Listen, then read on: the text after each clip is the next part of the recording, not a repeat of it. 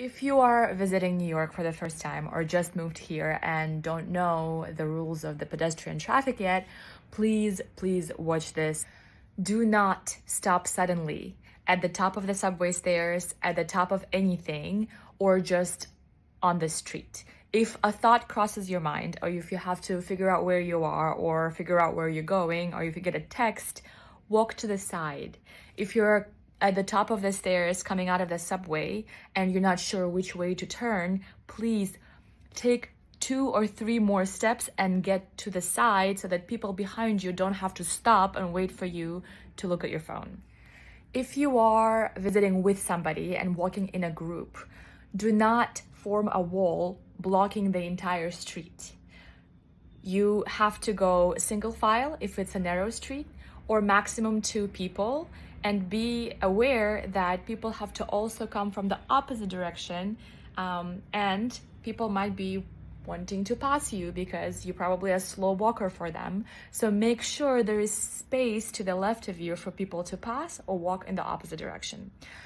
Same applies for subways, for escalators, for subway stairs. Do not block the entire stair. We have places to be. We're very angry, busy, stressed people. So please do not have your friend and then your mom and then your sister, all of you just catching up and having fun, blocking the entire escalator. If you are on the escalator, you are standing single file on the right side and people are walking on the left side. If you have a suitcase, stand to the side, to the right side, and have your suitcase right next to you, either in the front or usually in the back. Same for the stairs, obviously. Keep to the right side so that people can walk up or pass you from behind. Thank you.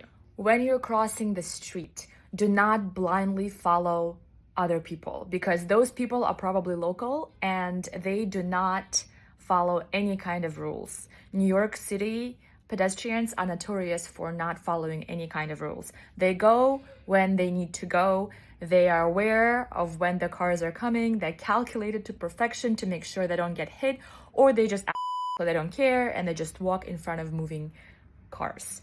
You, as a new person in town or somebody visiting, do not follow these people because you will get stressed, yelled at, or hit if you're doing that. I see it all the time in Times Square. There is a New Yorker just going and crossing the street, and then 50 tourists behind him follow, thinking that it's green because somebody started going. And then a truck is coming their way, and then they get so stressed and confused, okay? Do not follow anybody else. Look and see if it's green, and if it's green, follow. If somebody starts walking, check if there are cars coming your way or if there are bicycles coming your way. It's New York, please be careful. Okay, these are less important but still tips for surviving subways. You might be taking Ubers everywhere if you're visiting, but if you are going anywhere in Times Square, you will get stuck in traffic, and it's probably faster and easier for you to take a subway. But a subway is a whole other universe. So when you're on the subway train and someone is talking to themselves, acting a little bit weird or just plain alarming, do not, for the love of God, look in bewilderment directly into their eyes, or they will start engaging with you. Okay? Ideally, you have giant headphones. Do not listen to anything because you should be aware of what's happening. But ideally, you'll have your headphones so that if they, for some reason, start talking to you or yelling at you, you can at least pretend that you can't hear them because you're listening to something. And do not make eye contact. Be aware, but do not actively make eye contact with them.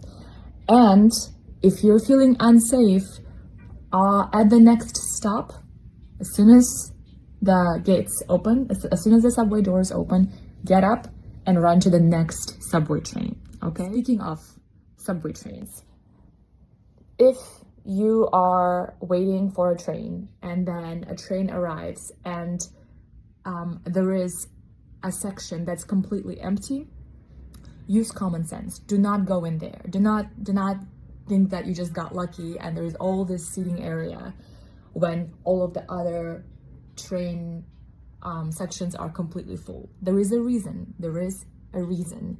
It stinks there. There is something or somebody unsafe there. Something is happening there. So if everybody else is avoiding a section of the train, you also should be avoiding that section. Go where people are. Go where the people are, please.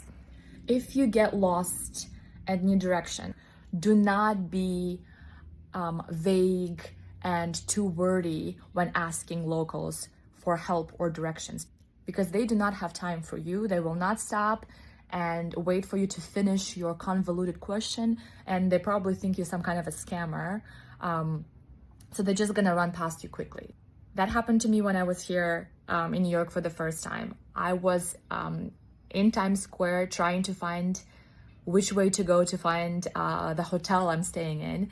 And I was very, very confused. Even though it was a grid, I was very confused. And I wasn't sure which way the 8th Avenue was.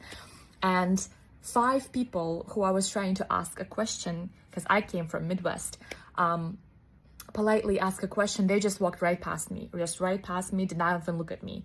So I had to change the way I ask my questions, and the results were immediate. So 8th Avenue, that way, and point one way. It doesn't matter where, just point somewhere and ask 8th Avenue.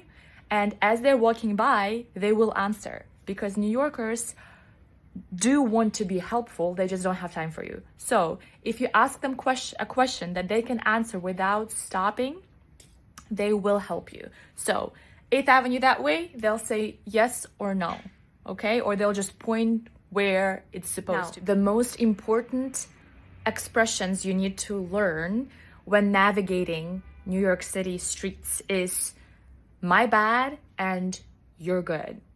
My bad, you're good.